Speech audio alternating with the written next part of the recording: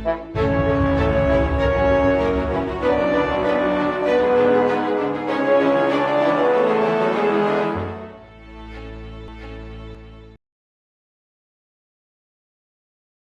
የተወደዳችሁ የእግዚአብሔር ቤተሰቦች እንደምን አላችሁ? እንደገና በሰላም ያገናኘን እግዚአብሔር ስሙ ብሩክ ይሁን።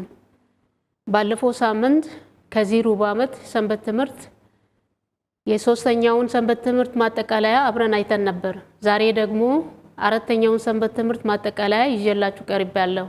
ይህንንም የምትከታተሉ በቃሉ እንደምትባረኩበት ተስፋ አደርጋለሁ።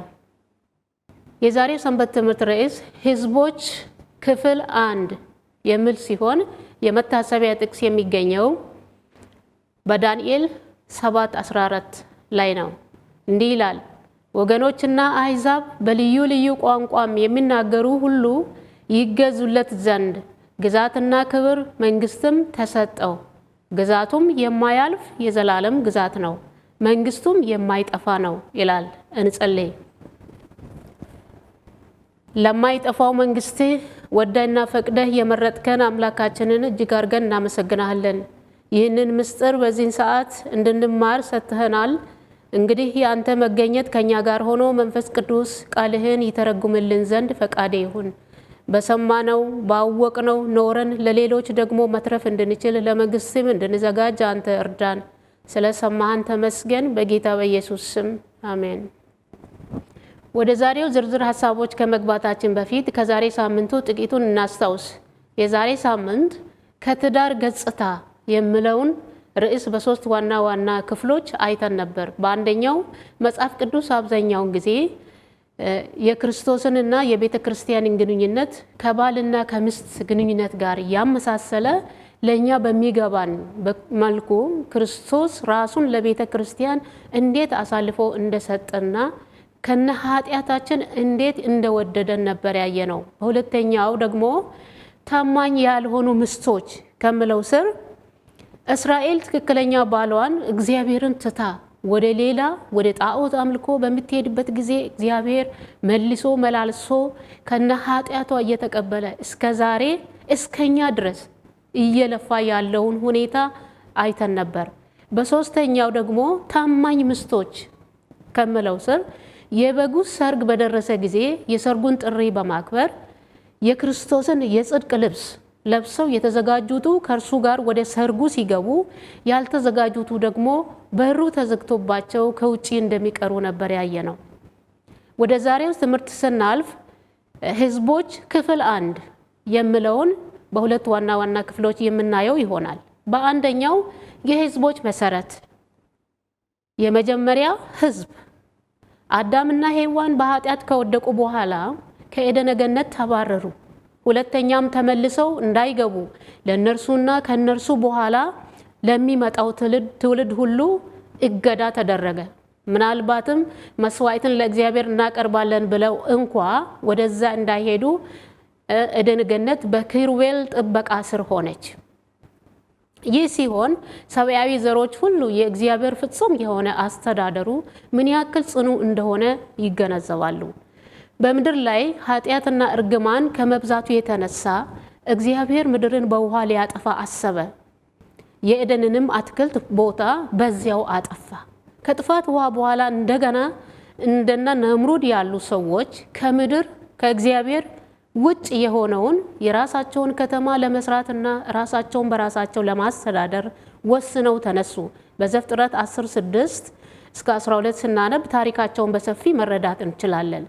ናምሩድም በእግዚአብሔር ፊት ኃያል አዳኝ የሚባል ዝነኛ ነበር። በዚያም ከተማ ለየት ያሉ ሌሎች ከተሞችን ባቤልንና ነነዌን ለራሳቸው መሰረቱ። እነዚያም ሕዝቦች ሁሉ የእግዚአብሔር ተጻራሪዎች በመባል ይታወቁ ነበር። በእግዚአብሔር የተለዩ ሕዝቦች ይላል ዘፍጥረት 10 ከእግዚአብሔር እጅግ ርቀው ለሄዱ አሕዛብ ሕዝቦች የሚል ስያሜን ይሰጣል። እግዚአብሔር ከነዚህ አሕዛብ መካከል ለራሱ አዲስ ዜጎችን ለይቶ ለማውጣት ወሰነ።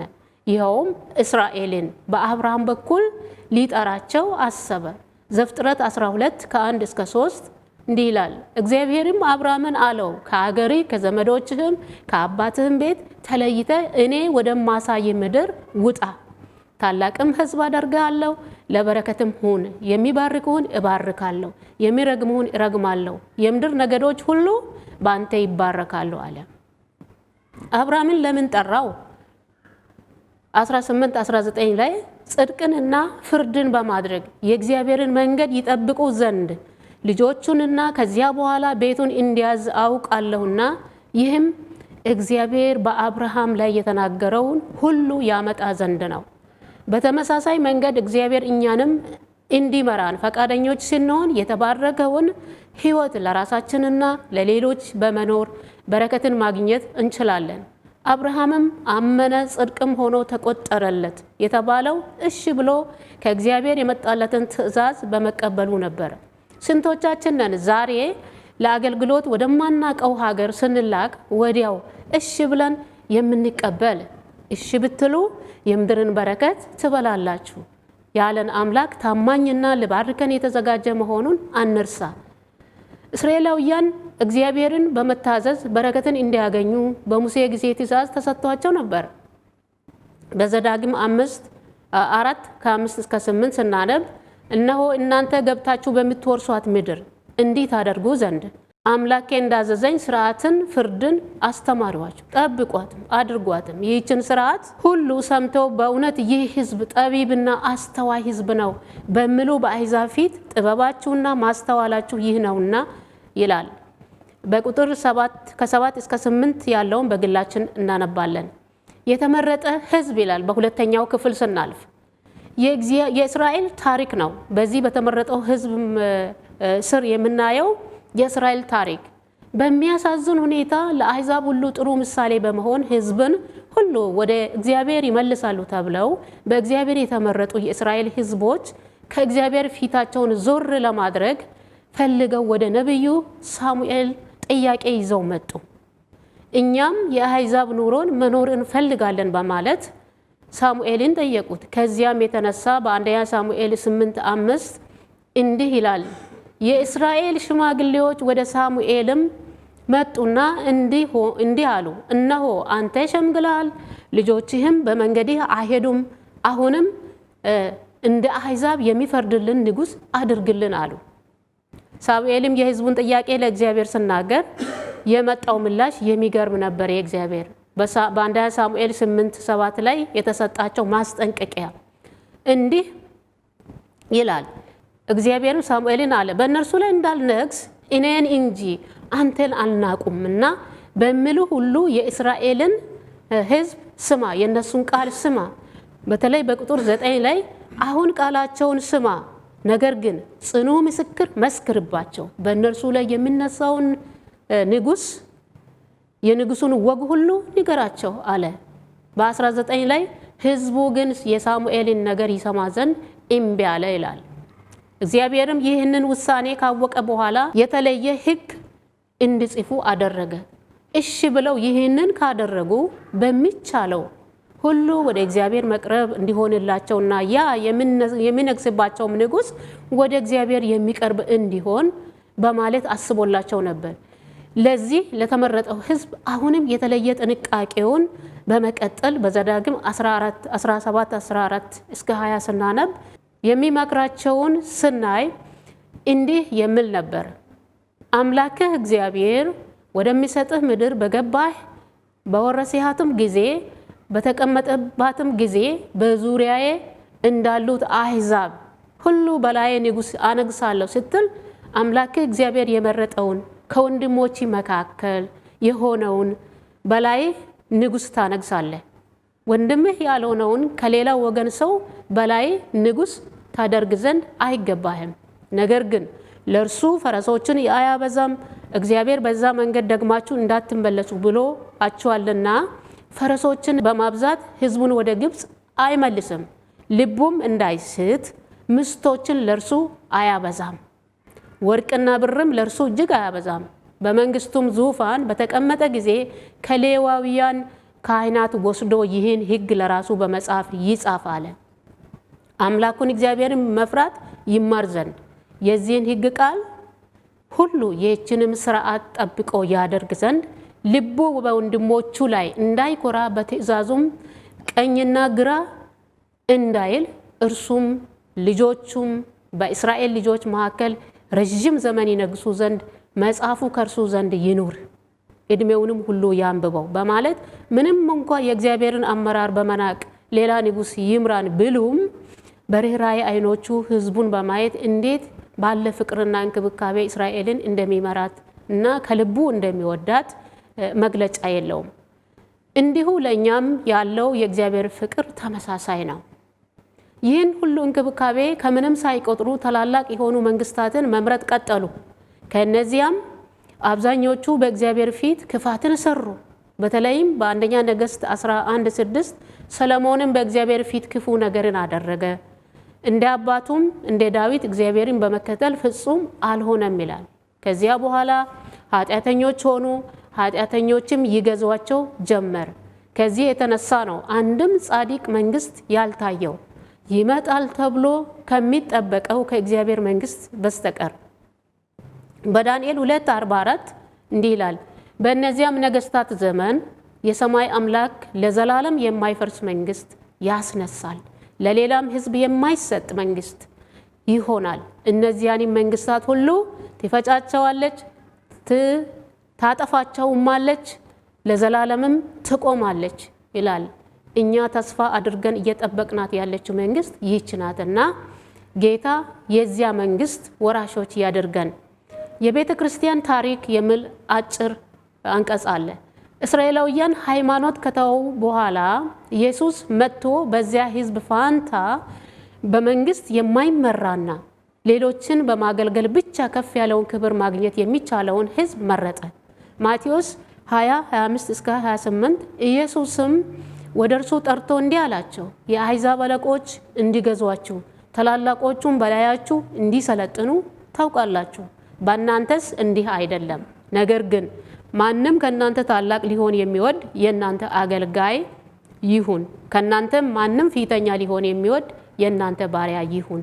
እንዲሁም የሰው ልጅ ሊያገለግል ነፍሱንም ለብዙዎች ቤዛ ሊሰጥ እንጂ ሊያገለግሉት አልመጣም አላቸው። በኢየሱስ የተመሰረተች ቤተ ክርስቲያን መሪዋ ኢየሱስ ራሱ ነው እንጂ ምድራዊ ነገስታት አልነበሩም። ነገር ግን በ300 ዓመታት ስደት ጊዜ ቤተ ክርስቲያን ከሞላ ጎደል በእምነት ዘልቃ ነበር። ቢሆንም በአራተኛው ክፍለ ዘመን ንጉሥ ቆንጣስጥኖስ ነፃነትን ይዞ መጣ። አዲስ ህገ መንግስት አውጥቶ ራሱ በቤተ ክርስቲያን ህጋዊ መሪ ሆኖ መምራት ጀመረ። በአምስተኛውና በስድስተኛው ክፍለ ዘመን ደግሞ ቤተ ክርስቲያን የመንግስትን ስርዓት በማስገባቷ ከስደት እረፍት ያገኘች መሰላት። ነገር ግን የሮም ጳጳስ ሙሉ ስልጣኑን በቤተ ክርስቲያን ያዘ። በመካከለኛው ክፍለ ዘመን ቆስጣንጥኖስ ላወጣው ለቤተ ክርስቲያን ህግ የማይገዛ ሁሉ ቅጣት ተወሰነበት። ይኸውም የገንዘብ የሞትና የእስራት ቅጣት ነበረ። ቤተ ክርስቲያን ከእስራኤል የበለጠ ክፋትንና ድፍረትን በእግዚአብሔር ፊት ሰራች። የመንግስትንም አመራር በቤተ ክርስቲያን ውስጥ ለተፈጠረው አለመግባባት ጣልቃ ማስገባቷ በበለጠ ስደትና ስቃይ ውስጥ ጣላት። ዛሬስ የመንግስታት ጣልቃ ገብነት በቤተ ክርስቲያን አለ የለም? ይህ ለራሳችን መልሱን የምንመልስበት ነው። በእግዚአብሔር የተመረጠ ህዝብ ሚና እስራኤል ለህዝቡ ብርሃን እንድትሆን የተጠረችው እንዴት ነበር? በኢሳይያስ 42:6 ላይ እኔ እግዚአብሔር በጽድቅ ጠርቼሃለሁ፣ እጅህንም ይይዛለሁ፣ እጠብቅህም አለው፣ የዕውሩን ዓይን ትከፍት ዘንድ የተጋዘውንም ከግዞት ቤት በጨለማም የተቀመጠውን ከወህኒ ቤት ታወጣ ዘንድ ለህዝብ ቃል ኪዳን ለአሕዛብም ብርሃን አድርጌ እሰጥሃለሁ ይላል። ኢየሱስ ደግሞ በዚህ ዘመን ለምንገኝ ቤተ ክርስቲያን እንዲህ ይላል በማቴዎስ 5:14 እናንተ የዓለም ብርሃን ናችሁ። በተራራ ያለች ከተማ ልትሰወር አይቻላትም። እኛ የዓለም ብርሃን መሆናችንን በተመለከተ በሶስት ደረጃ የተቀመጡ ጥቅሶችን ለመጨረሻ በመታዘዝ ውስጥ ስናልፍ እግዚአብሔር በእኛ ሊከብር ያለው ዘዳግም 4:6 ላይ ጠብቋት አድርጓት ይህችን ስርዓት ሁሉ ሰምተው በእውነት ይህ ታላቅ ህዝብ ጠቢብና አስተዋይ ህዝብ ነው በሚሉ በአሕዛብ ፊት ጥበባችሁና ማስተዋላችሁ ይህ ነውና ይላል። ማቴዎስ 5:16 መልካሙን ስራችሁን አይተው በሰማያት ያለውን አባታችሁን እንዲያከብሩ ብርሃናችሁ በሰው ሁሉ ፊት ይብራ ይላል። ለኃጢአት መፍትሄ መንገድ በማሳየት በሁለተኛው ዘሌዋውያን 4:27 እስከ 29 እናንብብ። በተለይ 29 ላይ እጁንም በኃጢአት መስዋዕት ላይ ይጭናል፣ የሚቃጠል መስዋዕት በሚታረድበት ስፍራ የኃጢአትን መስዋዕት ያደርጋል። ይህ በሙሴ ዘመን የነበረው ስርዓት ወደፊት ኢየሱስ ለኛ ኃጢአት መፍትሄ ሊሆን ስላለው ጥላ ነበር። ዮሐንስ 3:16 በእርሱ የሚያምን የዘላለም ሕይወት እንዲኖረው እንጂ እንዳይጠፋ እግዚአብሔር አንድያ ልጁን እስኪሰጥ ድረስ ዓለምን እንዲሁ ወዷልና ይላል። በሶስተኛው የኢየሱስ ዳግም ምጽአትን በማወጅ ብርሃን የምንሆነው ኢሳይያስ 40:9 እስከ 10 የምስራች የምትነግሪ ጽዮን ሆይ ከፍ ወዳለው ተራራ ውጪ፣ የምስራች የምትነግሪ ኢየሩሳሌም ሆይ ድምጽሽን በኃይል አንሺ አትፍሪ፣ ለይሁዳም ለከተሞች እነሆ አምላካችሁ ብለሽ ንገሪ ይለናል። ያለምንም ፍርሃት ድምጻችንን ከፍ አድርገን አዋጁን ለመናገር ዛሬውኑ እንውጣ። ገና የዓለም ህዝቦች ሁሉ በእስራኤልና በቤተ ክርስቲያን በኩል የተባረከውን የመዳን መልእክት ሲቀበሉ ዘላለማዊውን በረከት ያገኛሉ። እኛም እየኖርን ያለነው በታሪኩ መጨረሻ ላይ ነው። የመጨረሻው ለዓለም ብርሃን የመሆን እድላችንን ተጠቅመን የመዳንን ወንጌል ማፋጠን ከኛ ይጠበቃል። በኢሳይያስ 52:7 የምስራች የሚናገር ሰላምን የሚያወራ የመልካምንም ወሬ የምስራች የሚናገርና መድኃኒትንም የሚያወራ ጽዮንን አምላክሽ ነግሷል የሚለው ሰው እግሩ በተራሮች ላይ እጅግ ያመረ ነው ይላል። እንግዲህ የዛሬውን ትምህርት ህዝቦች ክፍል 1 የሚለውን በሁለት ዋና ዋና ክፍሎች አይተን ነበር። በአንደኛው ከጥፋት ውሃ በኋላ የነበሩ እንደነ ናምሩድ ያሉ ህዝቦች ከእግዚአብሔር ሐሳብ ውጪ በመሆን ለራሳቸው ሌሎች ከተሞችን ሰርተው ራሳቸውን በራሳቸው ለማስተዳደር ወስነው የእግዚአብሔር ተቃዋሚ ህዝቦች እንደተባሉ ያየን ሲሆን፣ በሁለተኛው የተመረጠ ህዝብ ከሚለው ስር እግዚአብሔር ከነዚያ ህዝቦች መሃል አብርሃምን ጠርቶ በማውጣት የምድር ነገዶች ሁሉ በአብርሃም በኩል እንደሚባረኩ ቃል በገባው መሰረት ከአብርሃም ዘር የሆነውን አንድያ ልጁን አሳልፎ በመስጠት መዳን ለሚፈልጉ ሁሉ ይህ በረከት እንደሚደርስለት ነበር ያየነው። እንግዲህ የዛሬውን ትምህርት በዚህ ስናበቃ እስካሁን ከኛ ጋር በመሆን የረዳን አምላካችን ስሙ ብሩክ ይሁን። ስትከታተሉ የነበራችሁ በቃሉ እንደተባረካችሁ አምናለሁ። እንደገናም በሚቀጥለው ጊዜ በሌላ ርዕስ እስከምንገናኝ የእግዚአብሔር ጸጋ ከሁላችን ጋር ይሁን። አሜን። በጸሎት ጨርሳለን። እናመሰግናለን ሰማያዊ አምላክ ይህንን ድንቅ የሆነውን ምስጢርህን ለኛ ስለገለጥክልን ክብር ላንተ ይሁን።